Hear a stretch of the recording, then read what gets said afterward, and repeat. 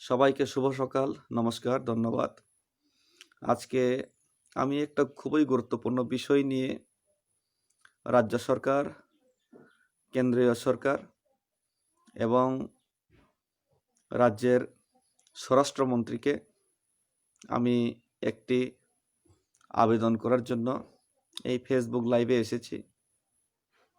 সেই আবেদনটি হলো, আমাদের ত্রিপুরা রাজ্যের মহারাজা এবং উত্তর পূর্বের একজন গুরুত্বপূর্ণ ব্যক্তিত্ব, লিডার মহারাজা প্রদ্যোৎ বিক্রম কিশোর মাণিক্য, ওনার নিরাপত্তার কথা মাথায় চিন্তা রেখে ওনার নিরাপত্তার জন্য যাতে জেড ক্যাটাগরির নিরাপত্তা ওনার নিরাপত্তায় নিয়োজিত করা হোক এবং আরেকজন গুরুত্বপূর্ণ নেত্রী, যিনি ত্রিপুরা রাজ্যের সহ সমগ্র নর্থ ইস্টের মধ্যে একজন গুরুত্বপূর্ণ মহিলা নেত্রী, মাননীয়া পাতালকন্যা জমাতিয়া, ওনার সিকিউরিটির জন্যও অন্ততপক্ষে ওয়াই অথবা জেড অথবা ওয়াই ক্যাটাগরির একটা নিরাপত্তা ব্যবস্থা দেওয়া হোক এবং টিপ্রামথা, টিপিএফ মথা এবং আরও কয়েকটি গুরুত্বপূর্ণ ব্যক্তিত্ব এবং নেতৃত্বদের জন্য অন্ততপক্ষে এক্স ক্যাটাগরির নিরাপত্তা ব্যবস্থা করা হোক।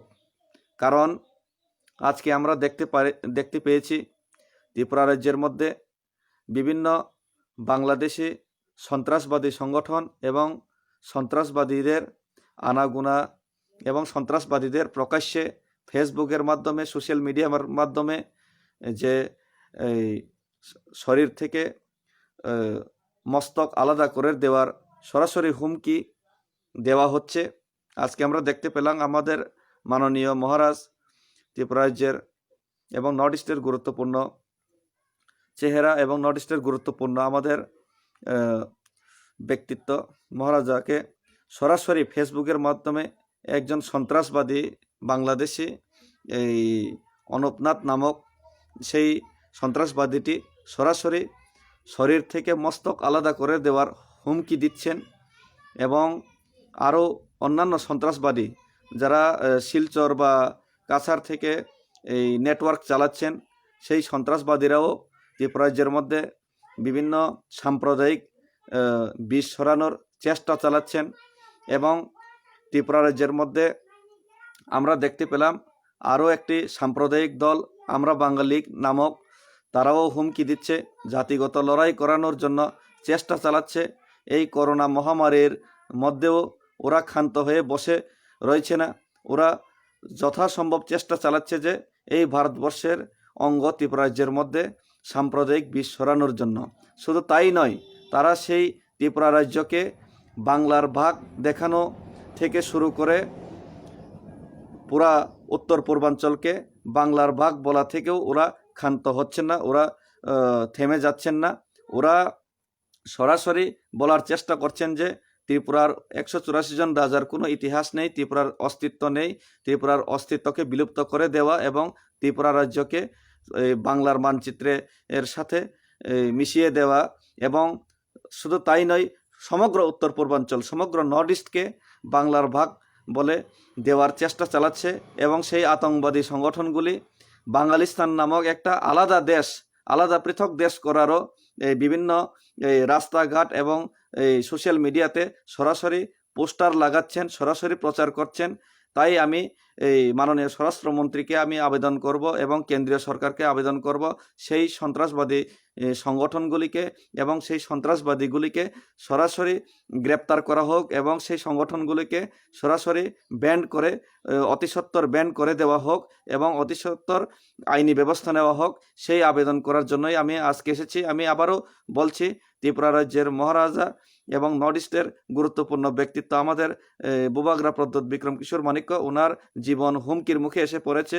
ওনার জন্য কেন্দ্রীয় সরকার এবং রাজ্য সরকার অতি শীঘ্রই জেড ক্যাটাগরির একটা সুরক্ষা ব্যবস্থা দেওয়ার পদক্ষেপ গ্রহণ করুক এবং মাননীয়া পাতালকন্যা জমাতিয়ার জন্যও সেই ওয়াই বা জেড ক্যাটাগরির একটা সিকিউরিটি নিরাপত্তা বলয় দেওয়ার ব্যবস্থা করা হোক এবং অন্যান্য নেত্রীদের আরও 4-5 জন অন্যান্য নেত্রীদেরও অন্ততপক্ষে এক্স ক্যাটাগরির সুরক্ষা ব্যবস্থা দেওয়া হোক।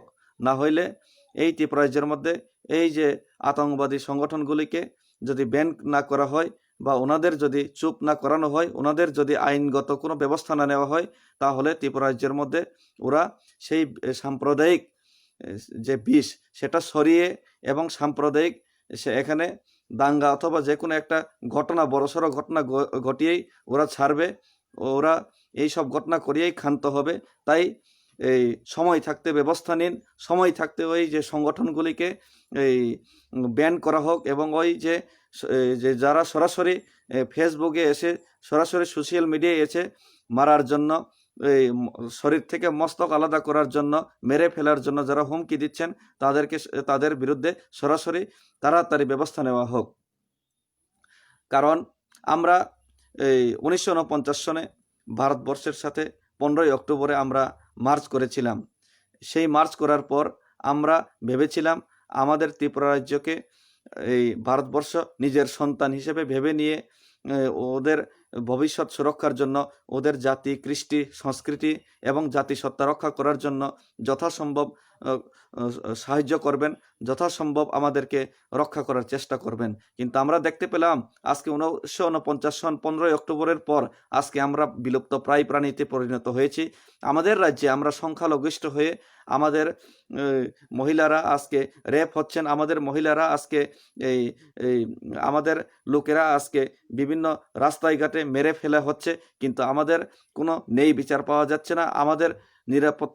আমাদের লোকেরা নিরাপত্তাহীনতায় ভুগছে নিজের রাজ্যে। আমাদের রাজ্যে আমরা সংখ্যালঘিষ্ঠ হয়ে বাংলাদেশিরা সংখ্যাগরিষ্ঠ হয়ে পড়েছে।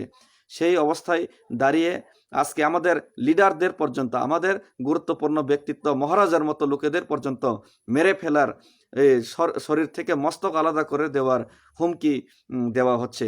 মহারাজা কি ভুল করেছে? মহারাজা তো এতটুকুই বলেছে, আমরা ভারতের অংশ বিশেষ হিসাবে আমরা আজকে গর্ববোধ করি। সেই গর্ববোধকে আরও গর্বান্বিত করার জন্য আমাদের নর্থ ইস্টকে ভারতবর্ষের যে জাতীয় সঙ্গীত, সেই জাতীয় সঙ্গীতে আমাদের নর্থ ইস্টকেও উল্লেখ করা হোক। এতটুকুই যে দাবি করেছেন, সেটা কি অপরাধ হয়েছে? আমাদের নিজের যে অধিকার, সেটা ভারতীয় হিসেবে আমাদের যে অধিকার পাওয়ার ন্যায্যটুকু, সেটা দাবি করা কি এত বড় অপরাধ হয়েছে? সেটা দাবি করার বিরুদ্ধে আজকে ভারতীয় নয়, বাংলাদেশিরা উল্টা আমাদেরকে মেরে ফেলার হুমকি দিচ্ছে, আমাদের মহারাজাকে মেরে ফেলার হুমকি দিচ্ছে। সেই অবস্থায় দাঁড়িয়ে আমাদের ভবিষ্যৎ কোন জায়গায় আমাদের পিঠটা দেওয়ালে ঠেকে রয়েছে, সেটা আপনারাই চিন্তা ভাবনা করুন। আজকে আমাদের রক্ষা করুন। আমাদের যদি রক্ষা না হয়, এই পার না ওই পার হওয়ার জন্য যে সময় লড়াই হবে, সেই সময় কিন্তু সেটা বন্ধ করা খুবই মুশকিল হবে। তাই এই সব সন্ত্রাসবাদী, সাম্প্রদায়িক এবং বিদেশিদের যাতে সময় থাকতে রুখে দেওয়া হয়, সেই ব্যবস্থা নিন স্বরাষ্ট্র দপ্তর এবং রাজ্য সরকার এবং কেন্দ্রীয় সরকার। এতটুকুই আমি আজকে আবেদন রাখছি এবং সমগ্র রাজ্যবাসীকে আমি এটাই আবেদন করছি, যাতে সমগ্র ত্রিপুরা রাজ্যবাসীরা, আমরা শান্তিপ্রিয় রাজ্যবাসীরা, আমরা সবাই মিলে থাকার জন্য চেষ্টা করব। আমরা যাতে এই সব সাম্প্রদায়িক বিষ যারা ছড়াচ্ছে তাদের কথাই না এসে আমরা সবাই মিলেমিশে থাকার প্রণ করাটাই আমাদের জন্য, আমাদের ভবিষ্যতের জন্য ভালো হবে, সেটাই আমি মনে করি। সবাই সুস্থ থাকুন, সবাই ভালো থাকুন এবং করোনা প্যান্ডেমিক সেরে উঠুক এবং সেটা সেরে ওঠার পরে আরও ত্রিপুরা রাজ্যের ডেভেলপমেন্টের জন্য, আমরা ত্রিপুরা রাজ্যের উন্নতির জন্য আবার সবাই এক হয়ে কাজ করার জন্য আমরা প্রণ নেব এবং সেই বিদেশি এবং সেই আতঙ্কবাদী লোকদের, সেই উগ্রপন্থীদের আমরা যাতে ত্রিপুরা থেকে বিতাড়ন করে দিতে পারি, সেটার জন্য আমরা পণ নেব। সেই পণ নিয়েই আমরা আগে বাড়তে পারবো। সেটাই আমি বলার জন্য আজকে এই ফেসবুক লাইভে এসেছি। প্লিজ দয়া করে এই সব সংগঠনগুলিকে অতি সত্বর ব্যান করুন। হাম ভাই, ধন্যবাদ। জয় ভারত।